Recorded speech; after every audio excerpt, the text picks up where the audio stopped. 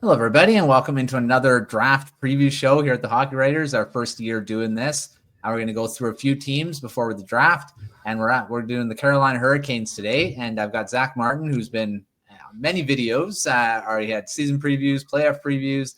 Unfortunately, the Hurricanes are not, of course, not in the Stanley Cup final, as we were kind of maybe predicting. But Zach, how's it going? No, good, Matt. Excited to be able to talk prospects with you. I'm still trying to get into the whole realm myself, trying to get more into prospect stuff. So when you put this out to hey, who wants to do it? I'm like, why not? It helps me get better at doing some prospect coverage. But how are you doing tonight? I'm doing great. It's, of course, the Canucks weren't in, but we have the other Canucks, the Abbotsford Canucks in the Calder Cup final, which starts as we're recording today. So, of course, lots of prospects there that are really performing really well right now, too. So I'm excited. Of course, always excited for the draft coming up. Canucks have a first-round pick, and right now, at least, they may trade it. There's been talk about that. So my first-round targets may not matter, but we'll see. We'll see how that all plays out. Same here for the Canes, yeah. We'll talk about that in this too. So let's start with the overall draft strategy for the Hurricanes going into this. They do hold a later round pick because, of course, they made the playoffs and were a higher seed too. So they're in the 20s. So it's not like they got a really high pick, but you can get really good guys in this in the end of the first round. The Hurricanes have shown that with some of their picks in the past. So what's their strategy going into this? Needs, positions, anything like that? They're kind of going into it. Yeah, it's interesting when you look at the Hurricanes because they do have a history of trading out of the first round to go get additional picks in like round two. Like we saw it last year. They traded with the Blackhawks. I think they had like 20. I think they had 28 last year or something like that. And they traded out with the Hawks and got like the 30th and like the 54th or somewhere in that range. They picked up 2 extra picks in the second round. And that's kind of what they're known for. I know in the 23 draft, they did get Bradley and Nadeau at 30. So it's kind of up in the air what the Hurricanes do with that. I know everyone's talking about them being super aggressive this offseason. So maybe the first round pick might be gone in a trade package for a guy that's ready now. So who really knows? There's a bunch of different avenues the Hurricanes go down here if they do go at 29 or trade, because they don't have any second round picks. So they could just be like, hey, let's just go trade our 29th, pick up 2 picks in the second round and go from there. So that's something they could really do as well. So it'll be interesting to see what the Hurricanes pull off because there's so many ways they can go about this pick, really.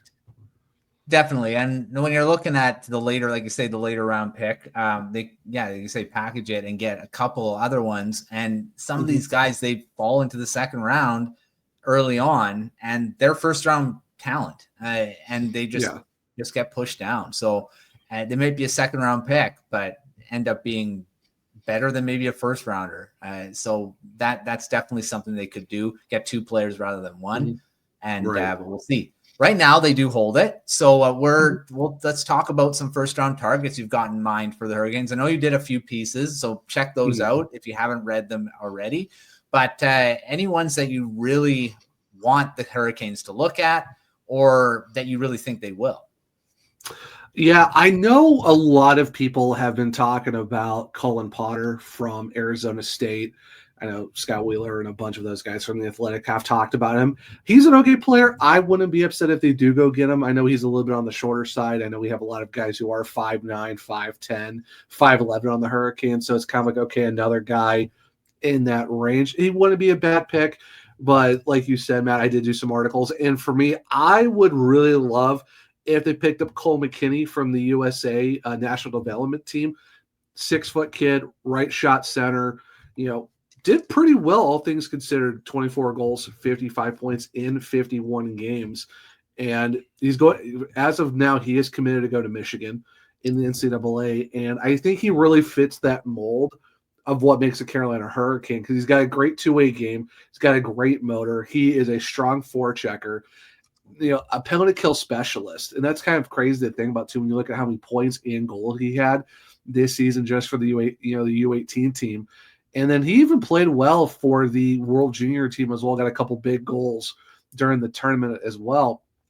And the thing too is he's also a face-off specialist, and the Hurricanes are really well known for being a team who's really good at face-offs. Because I mean, when you have Rod Brind'Amour, who's won 2 Selkies and is like the guy who basically did it all on the face-off dot, plus having Jordan Stahl, who's kind of known to be one of the toughest guys in the dot, getting a kid like Cole McKinney, who is a face-off specialist, who kills PKs, because that's what the Hurricanes are really good at too, thanks to Tim Gleason being the PK coach.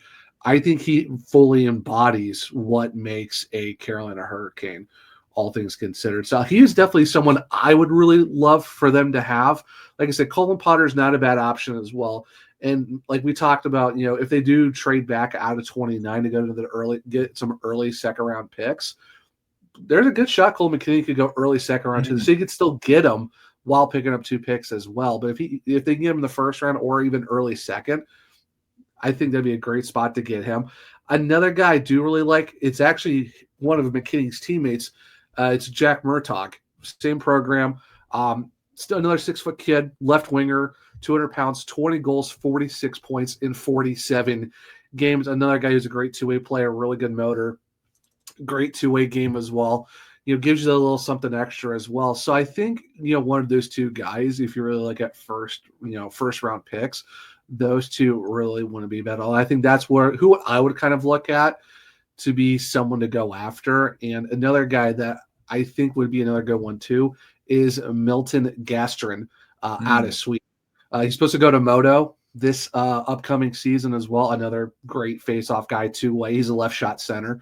But just like I said, the Hurricanes definitely love getting their European guys because they can just go play over there for a couple seasons in their league, get their training that they need to in those type of leagues and come over to North America. So I would probably say you're looking at McKinney, also Murtaugh and Milton Gastrin would be some great selections if early, in the first round.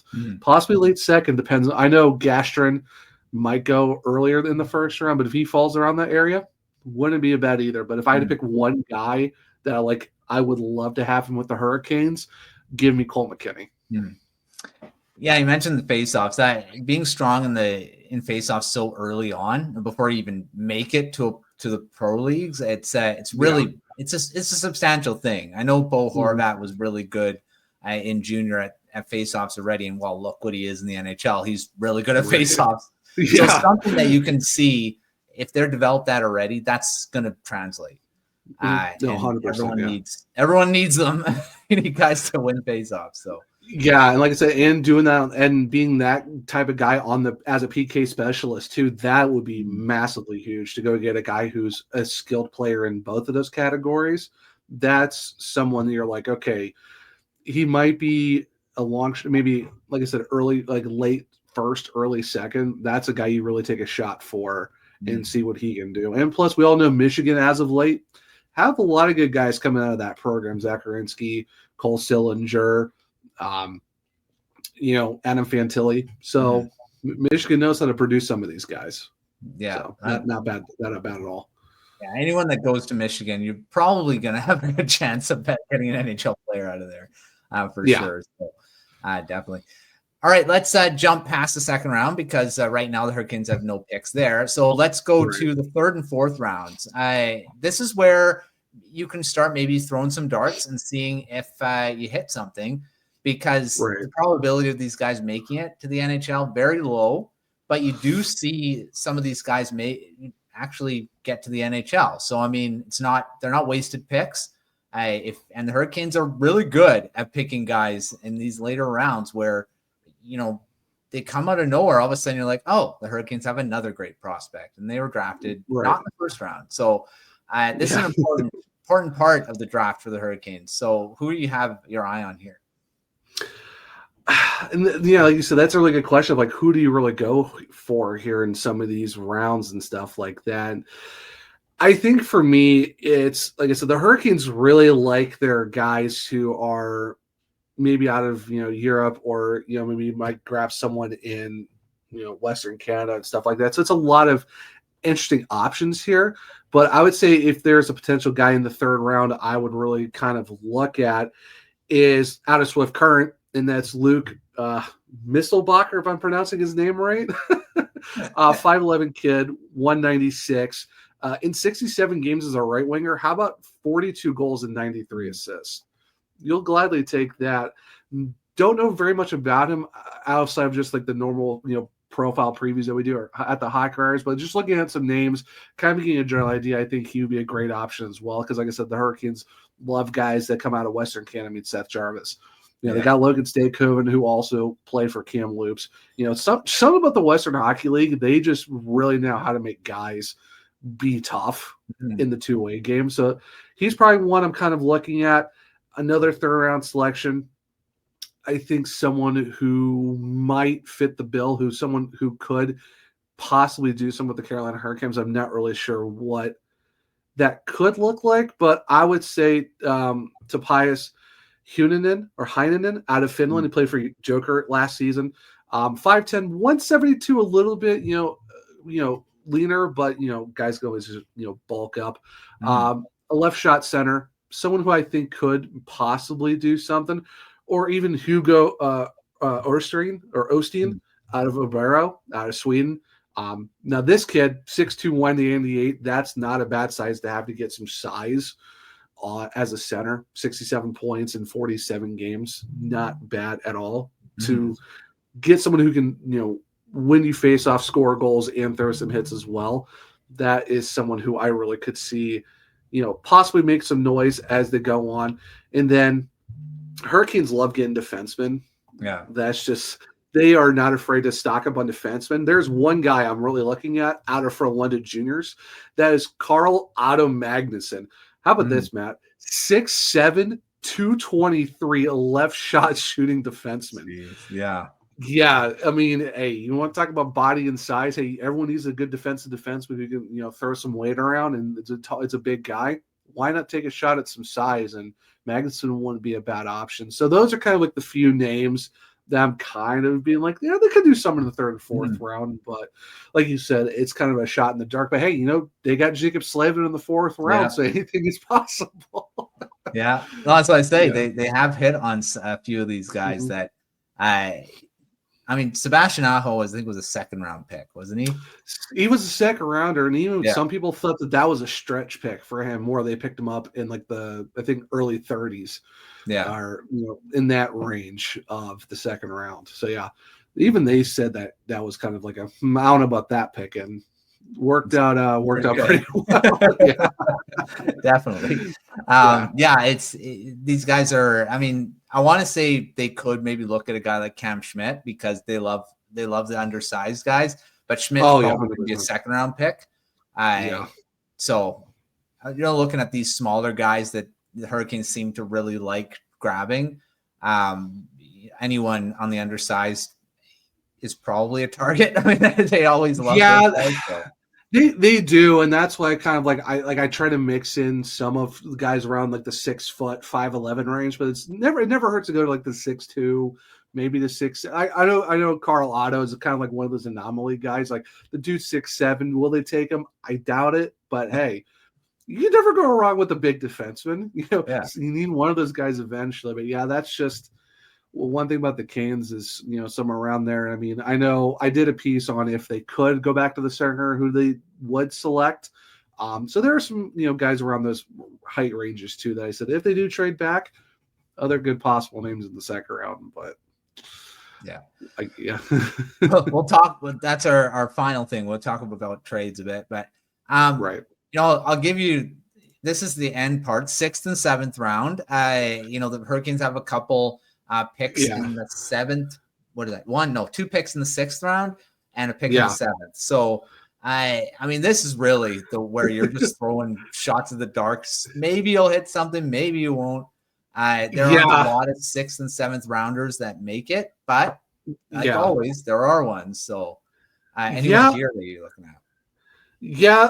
Jack Peacher out of Lincoln for the USHL, 6'1" kid, 198. So a little bit taller than what their normal target of like 5'10", 5'11" is, but a right shot, right winger, 56 games, 61 points, 12 penalty minutes. So a guy who stays on the ice a good amount which is good for the Hurricanes. They love to be able to play more of a 5-on-5 game. So if they can go get someone who limits his penalties, is on the ice more, never could go wrong with that. So I think, Jack Petrie could be someone they can look at the USHL.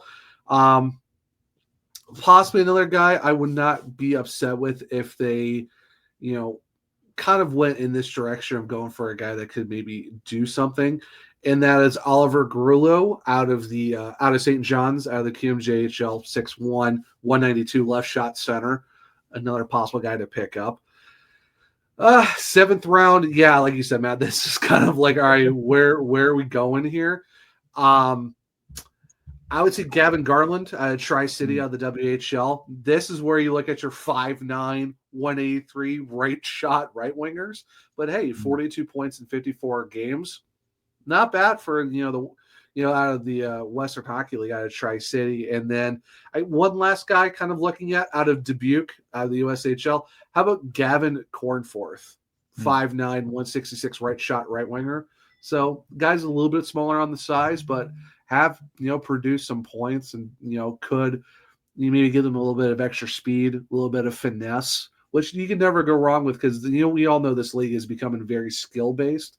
So I think adding some shiftier guys who could, have some good stick handles and take a shot on these guys, why not? Why not look at the USHL? Because there are some guys who can do some damage down there. I mean, we all, the late Johnny, Gaudreau, he absolutely killed it down there in Dubuque for the USHL. So that program knows how to produce some players too. So you never go wrong with the USHL if you also look at the Western Hockey League and OHL and stuff like that. Yeah, so lots of guys you can look at. Like I say, you don't know with these guys. It's wait and see how they develop. Sometimes they don't work out. Other times you get a steal and end up with an NHL player, and it could happen. So we'll see who the Hurricanes pick down there. So 6 picks they've got as of right now. 1 in the first, 1 in the third, 1 in the fourth, 2 in the sixth, and 1 in the seventh. So for trades now, let's talk about this. I mean, we did allude to it at the beginning of the show. Who do you see? I know it moving up. Do you see just that happening, or they kind of just package that first round pick and grab a couple seconds? Or are you looking at a bigger deal that could happen where they actually are trading to get a player in this as well? Yeah, see, and that's the thing. It's kind of weird because it's like, I think that there could be a shot where you could see them trading it in general to go get someone who's a now player. Like, maybe it's a Marco Rossi, maybe it's a Tage Thompson, because apparently Thompson's name might be floating out there at some point. Also Alex Tuck. I know his name's come up. So, I mean, there's who really knows? And that's kind of the weird thing of, like, I could see them trading it now. I mean, apparently Jason Robertson's up. Yeah. And they might look for their first rounders back, but of course that's next year. So maybe there's like, hey, we'll give you your 2026 and 28 back. We'll keep our first rounder this year, because I guess I know a lot of people are talking about this draft. It's a little bit on the lighter side of things compared to in the previous years, but there's potential. I can see them trading it away for the now, or it could be later picks. And I think, like you said, they have 2 first rounders next year. Yeah, just trade one of those at that point. So I could see them maybe keeping this as we're going to trade back into the second round, like we talked about earlier, to where, hey, let's go get a couple seconds. There's some team who has 2 picks in the second round. Let's just go do that. And I actually did, like I said, I did an article about it.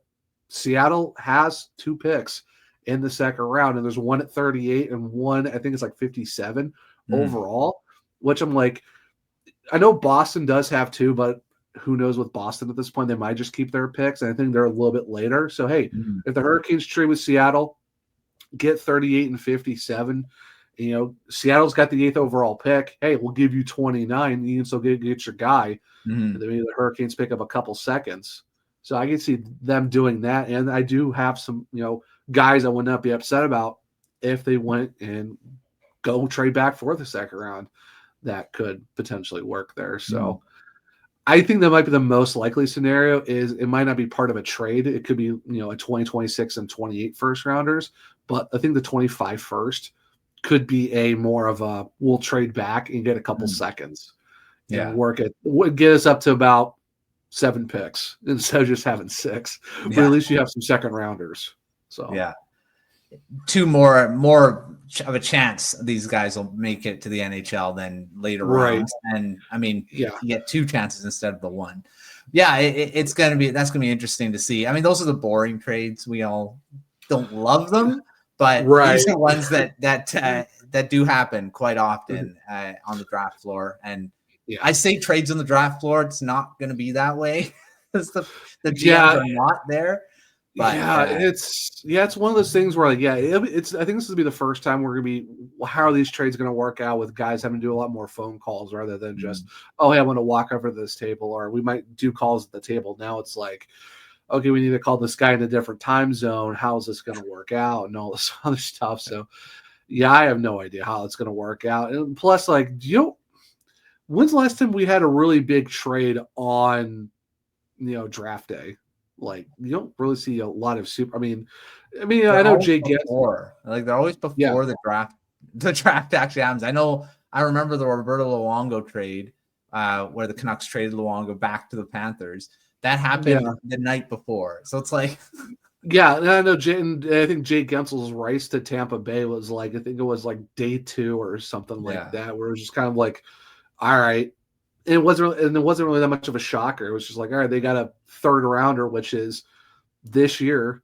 That's really about it. So I mean, so we don't really see massive trades. So I mean, like, I know we just had Chris Kreider. That's not really official yet, but you don't really see massive trades on draft day, unfortunately. Like you said, it's a lot of we're trading picks, and that's really about it. So we'll see. We'll see what happens. We got 2. Well, I think it's tomorrow. It's 2 weeks as we're recording here. Yeah, that's right. 2 weeks to the 1st round. So it's coming up fast. So make sure to check out everything at thehockeyridge.com. We got great content. We got the draft guide live. We've got Zach's got a ton of articles out already on draft targets and stuff like that. The Hurricanes writing team has got a few articles as well. I think mostly by you, but there are. I know Alex put out one this morning on targets, 1st round targets as well. So make sure to check out